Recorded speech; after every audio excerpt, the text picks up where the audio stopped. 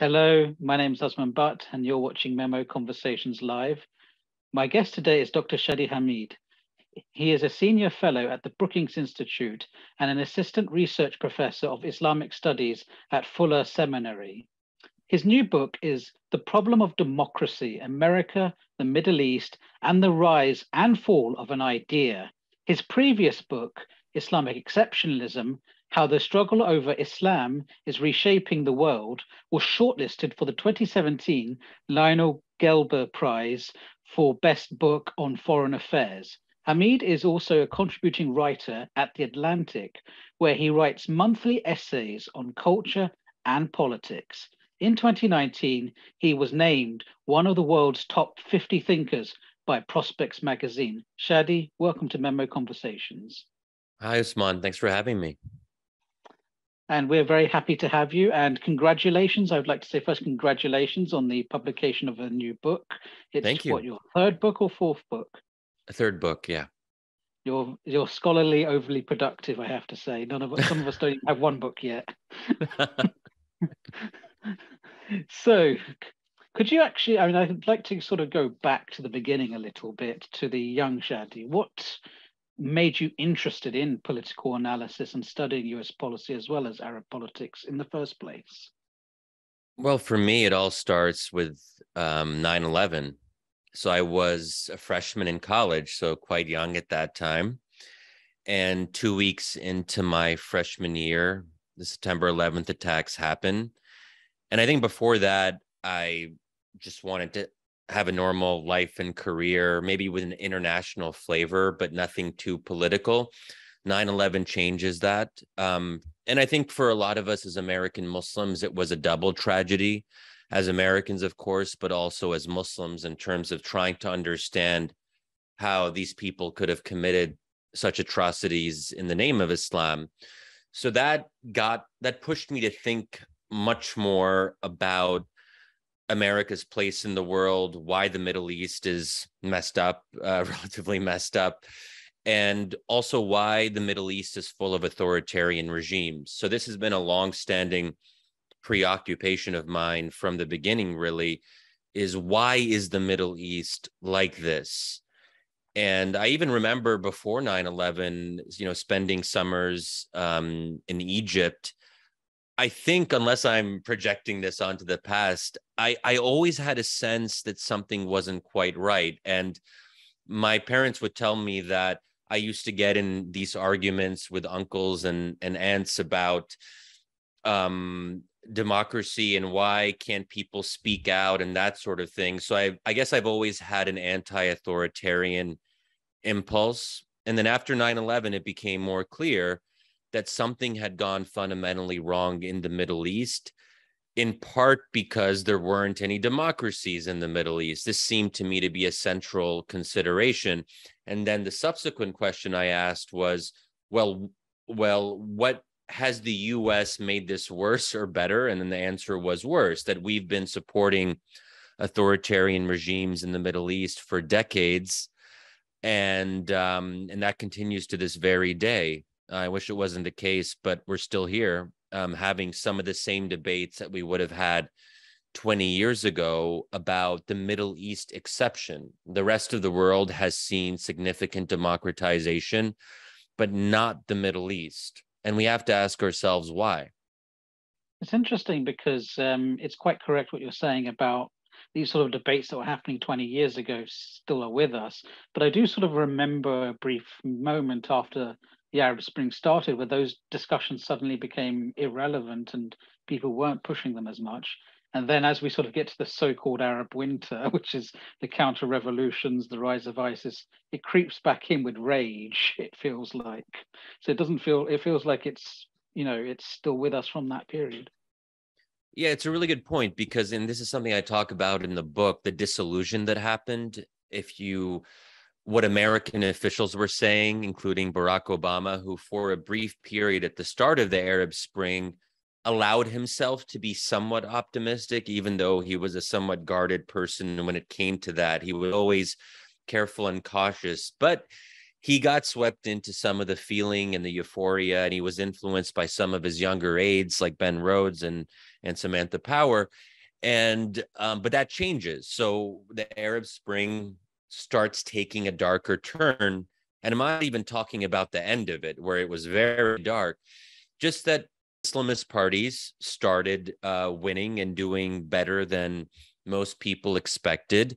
That was certainly part of it. So the question of Islam became very prominent in these debates. And I think Americans were looking at this and they thought that democracy leads to good outcomes. Good things go together. So more democracy would mean more tolerance, liberalism, English speaking, westernized liberals playing a prominent role in politics. Those things didn't happen in Egypt. Something quite different happened, which was not just the Brotherhood doing good in elections, which was expected, but better than expected at elections. And not only that, ultra-conservative Salafi parties did surprisingly well too. In the first parliamentary elections in Egypt after the Arab Spring started, the Salafi Noor party won 27% of the popular vote. And then, of course, we see armed conflict in Syria, Libya. So all of this contributes to this dark cloud. And, you know, you look at Obama's later statements, and he starts to say things like, basically, why can't they just be like Scandinavians? Or, you know, why can't Muslims have a reformation where they modernize their religion? Why does the region have millennia-old hatreds? He said that in one of his State of the Union addresses. So I document this dark turn in the book, and I did a large number of interviews with senior Obama aides and also officials from the Bush and Clinton administrations as well. And I tried to get a better sense of what went wrong. And leading up to the coup in Egypt in particular, I was able to unearth some unexpected anecdotes. And I think that there was this narrative, if you recall, that, oh, well, the US tried and, you know, but then Egyptians messed things up for themselves. And then Tunisians years later would mess things up for themselves. No, the US played a central role. And I try to reconstruct some of these key moments to try to persuade people that we as Americans were complicit in this return to dictatorship, not just indirectly, but also directly. Yes, because I think there have been accounts in regards to Egypt where, you know, it was clear that the US understood a coup was going to happen against Mohamed Morsi, who was the elected president in 2012 in the 2013 uprising. And it was clear that, you know, especially the older members of the Obama administration, the so-called old hands, were sort of saw the benefit of the military coming back in as someone they knew how to deal with. So it's pretty clear there that the US continues to play a role. But this is kind of interesting because, on the one hand, the sort of things we often hear from policy wonks and these sorts of people is the US is more or less done with the Middle East. They want nothing to do with the Middle East. The Middle East is so yesterday, we're over you. We've got a new crush, that's China. But still, the US is playing all of this role, right? So what's gone? Why is there such a divergence between the two? You're right. The sentiment here in Washington, D.C., where I am right now, is people don't want to talk too much about the Middle East. It is, as you say, old news. But I think that's a big mistake. I think one thing we've learned time and time again is that what happens in the Middle East doesn't stay in the Middle East. But I think there's a bigger issue. And even though I'm part of this policy wonky scene, I'm just so frustrated with US policy. I guess I'm also just angry. It shouldn't have been like this. None of this was foreordained. And I think, you know, you look at Biden's trip to Saudi Arabia over the summer, and we keep on indulging these autocrats. So the question then is, do we try to kind of tinker around the margins and improve US policy bit by bit? I think that's a non-starter, because I think the foundations of US policy in the Middle East over decades that edifice is faulty in its most basic premises. So I think we got to stop with this half measures, or let's condition like $75 million of military aid to Egypt when that's only a very small portion of the 1.3 billion. Either we get serious about this or we get out of the game and stop pretending. And I think I've reached this point where I think that there is something rotten. And this probably won't be a surprise to many viewers who have probably thought this for a long time. I've thought that, but I've resisted the implications of it. And I thought that it was better for those of us who are American citizens who work in policy to try to push.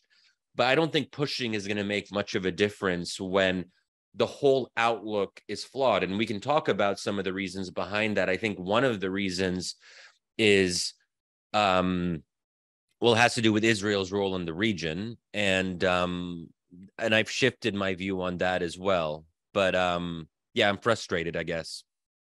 We'll get into your view on that actually in a moment, but it sort of leads into a question I was going to ask later, but I may as well ask it now since we're in this area. Can US foreign policy live without the Middle East?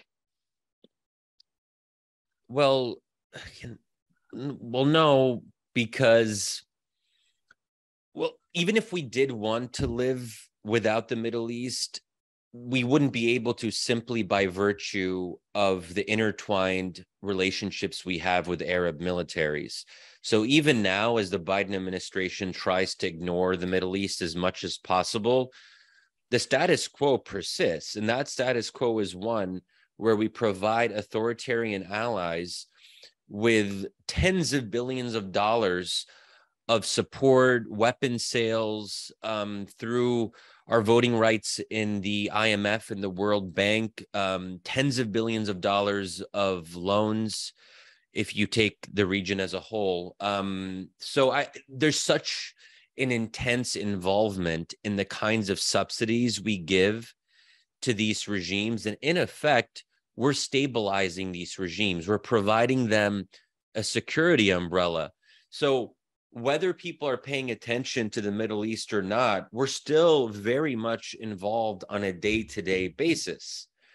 Americans might not realize that, and I think it's important for them to be aware of this. And, we are parties to these regimes staying in power and becoming increasingly repressive. Look at Saudi Arabia. It's not as if Saudi Arabia has stayed at a constant level of repression. It's become more repressive over time. The UAE has become more repressive over time. The list goes on. And this is where I think the title of the book becomes relevant, The Problem of Democracy. What is the problem of democracy? It's that we want democracy in theory, but we're not comfortable with the outcomes of democracy in practice. And part of that has to do with Islamist parties doing well. But even if Islamist parties didn't do as well, let's say you had nationalist parties or leftist parties that occasionally won elections, they'd also be quite anti-Israel. And that gets us to the Israel question. And the US will be involved as it relates to Israel for the foreseeable future. And that's why whenever there's a conflict in Gaza or the West Bank, it always erupts and becomes a dominant issue because it does relate to our security arrangements with Israel. And so we can't not talk about that. Yes. And I want to sort of get into the book a little bit further because you're sort of talking about a concept which is slightly different from the sort of democracy promotion we're used to with things like the Bush freedom agenda and so on. You talk about something called democratic minimalism, and you sort of bring this in as a theoretical framework, which is essentially democracy without liberalism, or liberalism light, as I jokingly like to call it. But I'm wondering if you could perhaps tell us a little bit more about this concept.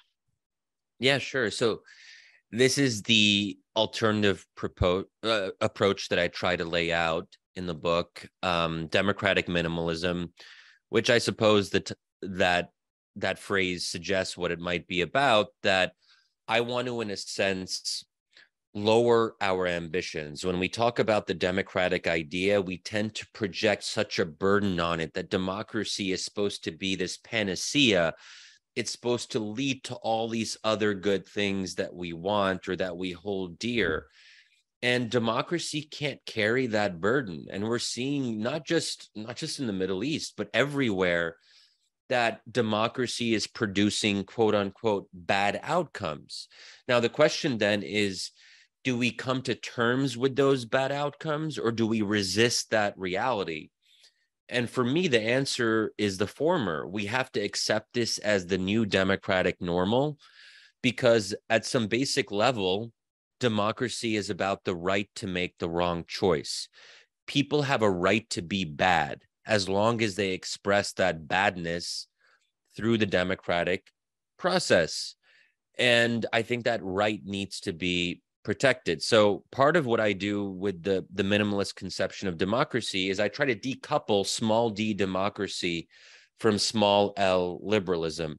So when we talk about democracy, we're talking about expressing the preferences of voters through regular elections. We're talking about rotation of power between different parties. We're talking about responsiveness to the electorate, where liberalism, and here we're talking about the classical liberal tradition, prioritizes more individual freedoms, personal autonomy, gender equality, minority rights, the supremacy of reason over revelation, of the individual over the collective, a restricted role for religion in public life. And we as Americans, and also in Europe, I think there was a sense that these things went together, and they did for a long time in the 20th century, but now they are diverging.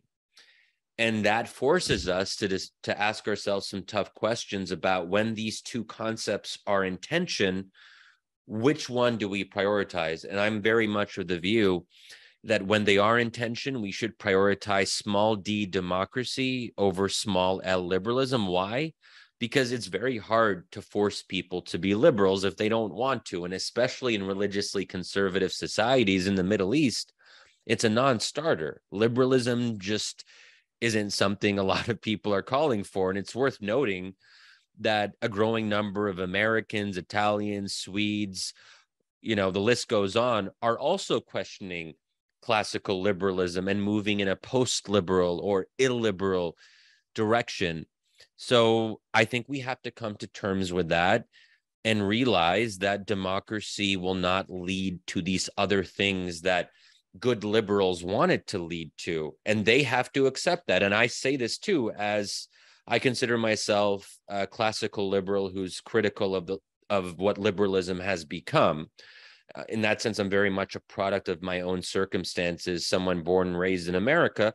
Those values have been inculcated in me, but I also see their profound weaknesses.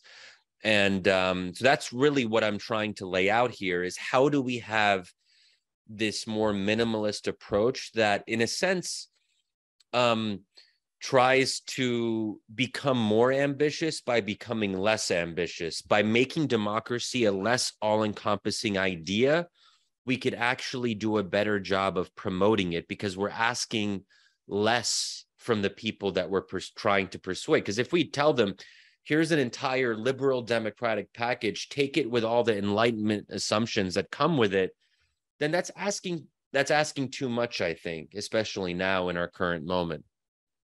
But it's interesting because the way it's often thought of is that you need to have liberalism first before you can have democratization. That was always the way things went, right?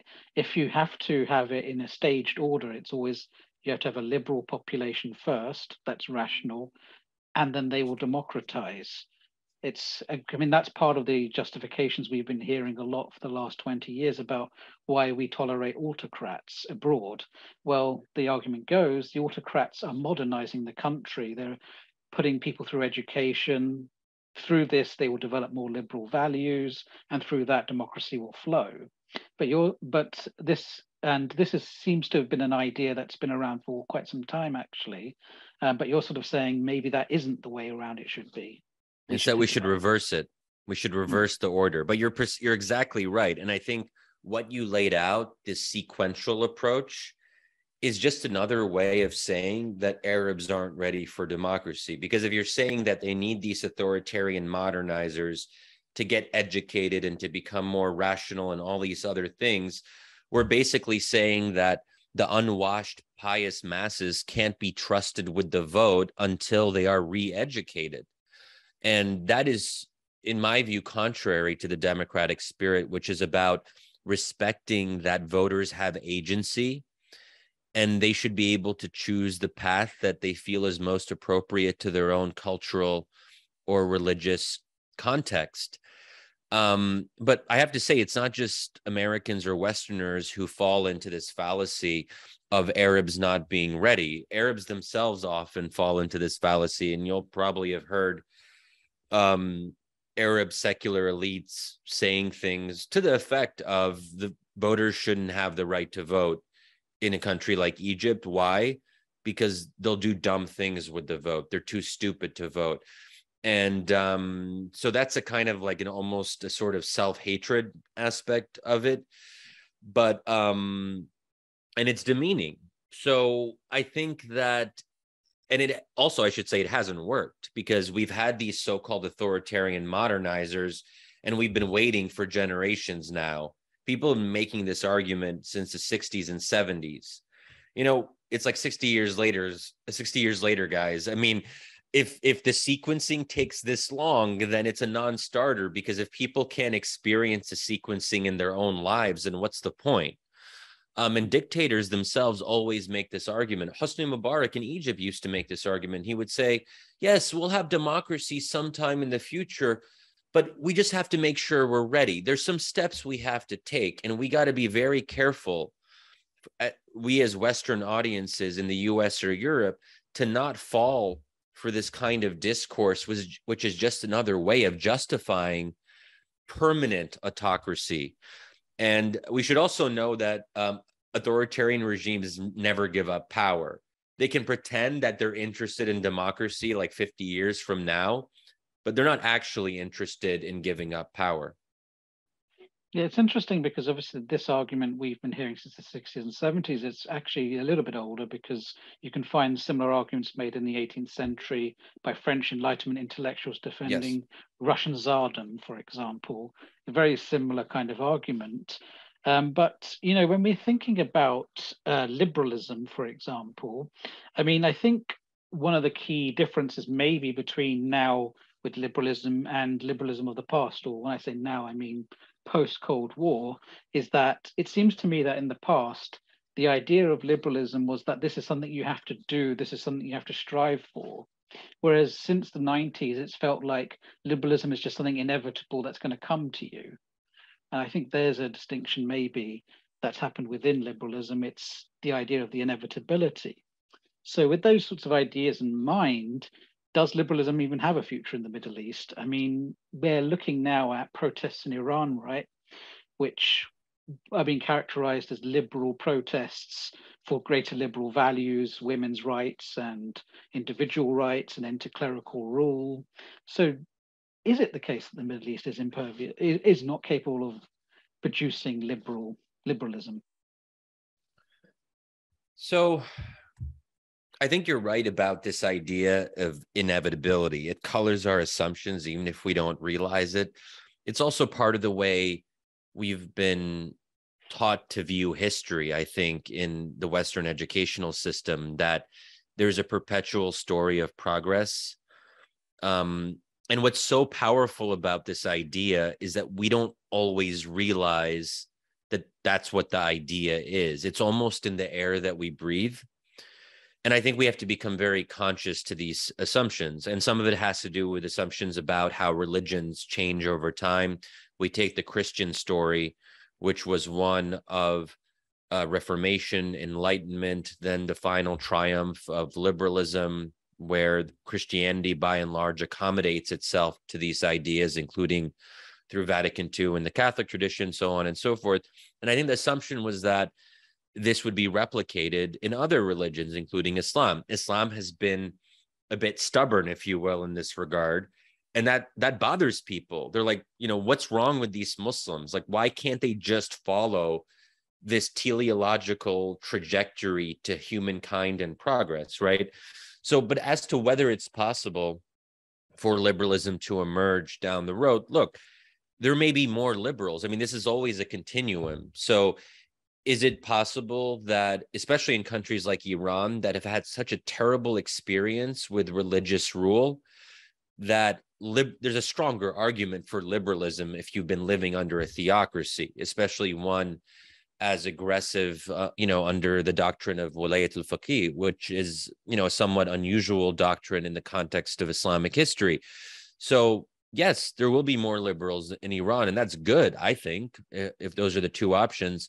There are some signs that of growing liberal currents in other Middle Eastern countries, but we're talking about we're talking about a small minority of people still. So there was a BBC Arabarometer poll from a year and a half or 2 years ago that a lot of people were hyping up. I can't recall the exact figures, but the basic idea was that the number of not religious people self-identified in these polls went from like 6% to 10% in one of the countries. So yes, that's a massive increase. That's almost double.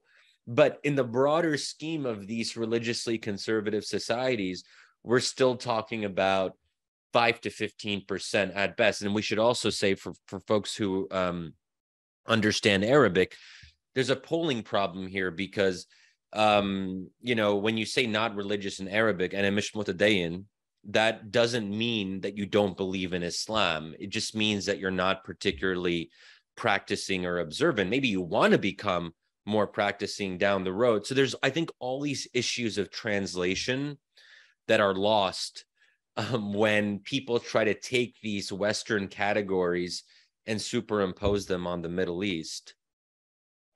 Yes, but I'm also wondering, because there is this idea as well about generational values, right? Not just in the Middle East, just generally. There seems to be this general presumption that younger generations hold more liberal values than older ones. Does this not make and so it is inevitable at one way or another that it's going to happen. But my question now is about the assumption of that. Why do we have that assumption, or why does that assumption exist? Well, it is often the case that when people are younger, they do espouse at least somewhat more liberal views. Not everywhere, and there's actually major exceptions in Europe where the far right is strongest actually among the youth. And this applies to France in particular, where we saw that with what was the National Front and now is National Rally with Marine Le Pen. I think also, there's some other countries you see these interesting trends in Europe. But yeah, by and large, we tend to think that young people are going to be more open-minded. They want to experience the world and its complexity. They want to rebel against their elders and their authoritarian or illiberal ways. But the problem about young people is that they don't stay young. So people just assume that they will stay constant perpetually. So if they are relatively open and liberal when they're 22, that we just have to wait until they're 32 or 42, and then there will be a whole new generational development.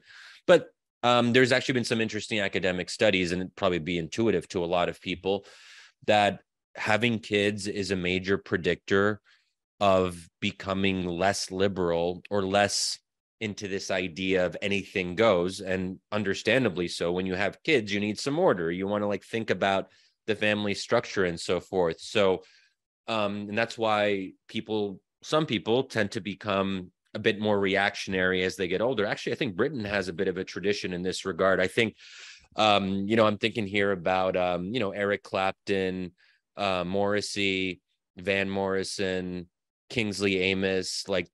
Britain has a tradition of old reactionaries. And I think it speaks to just a broader reality. So I think that's something we have to keep in mind. And also, I think young people are impressionable.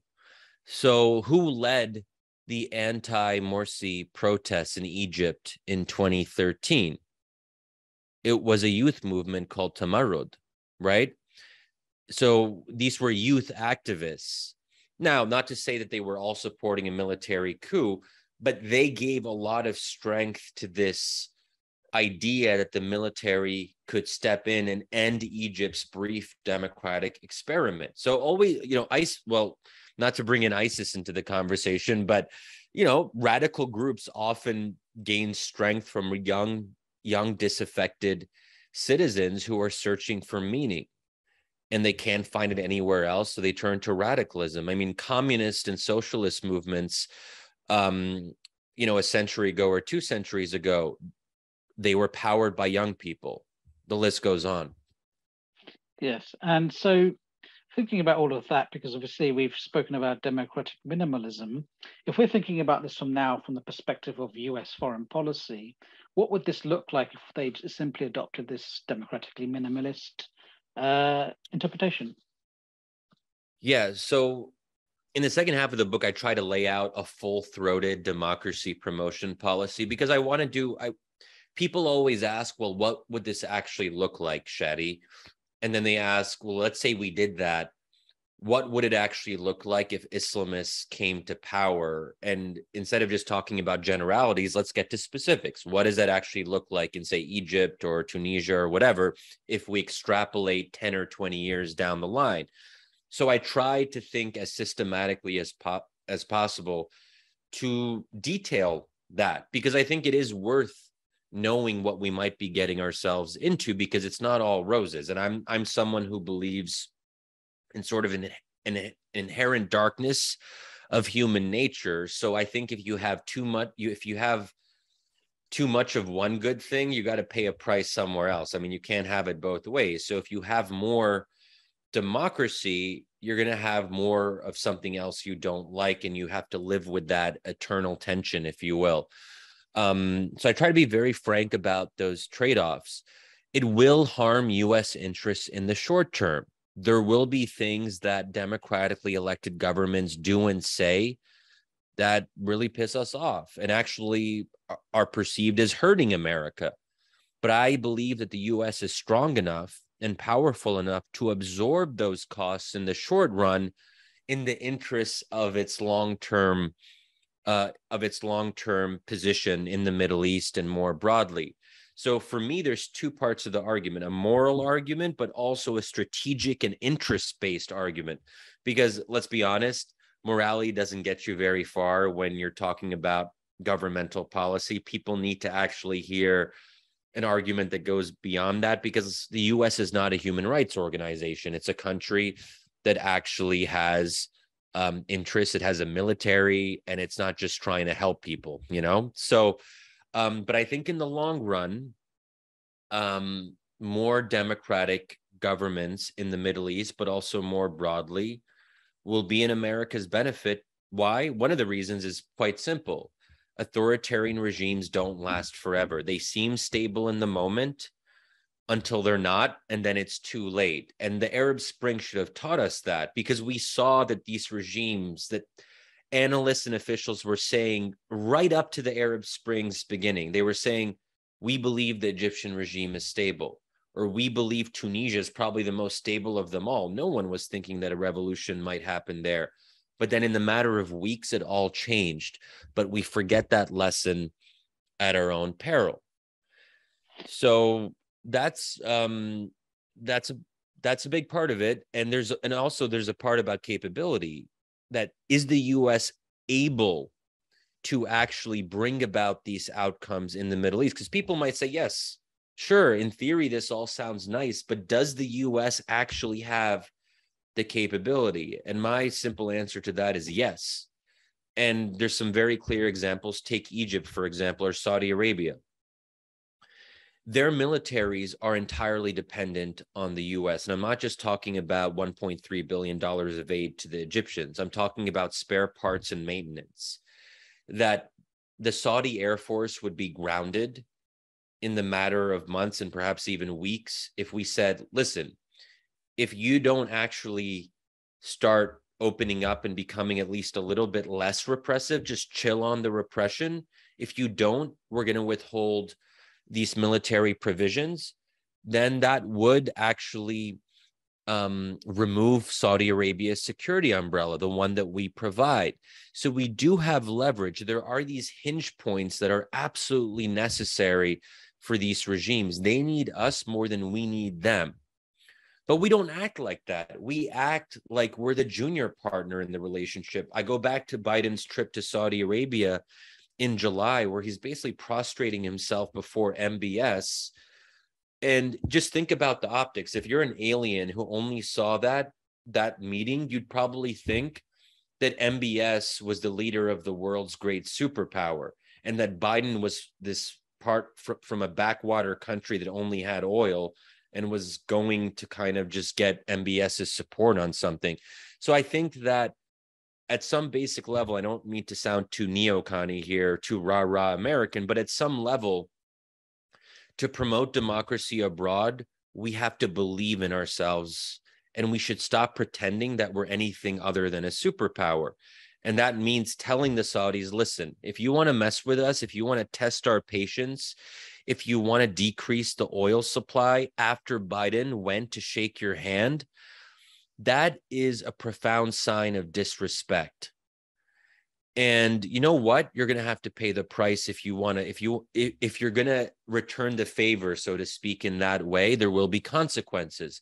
But it's not just about oil, and it shouldn't even primarily be about that. I'm just saying that insofar as even when we play nice with the Saudis on things like oil that we supposedly care about a lot, it doesn't even help on that. So what's the point of these relationships? They're not even help. They undermine our values and our morals and our sense of what is right and true and dignified about being human. But they don't even help promote American interests, even in the short run, on something as important as the confrontation with Russia and China now, and oil prices and how that fits in. So, last question. So what do you think is going to be the future direction of Middle Eastern politics? Where do you see it going? It's a disaster waiting to happen. I mean, just think about Egypt.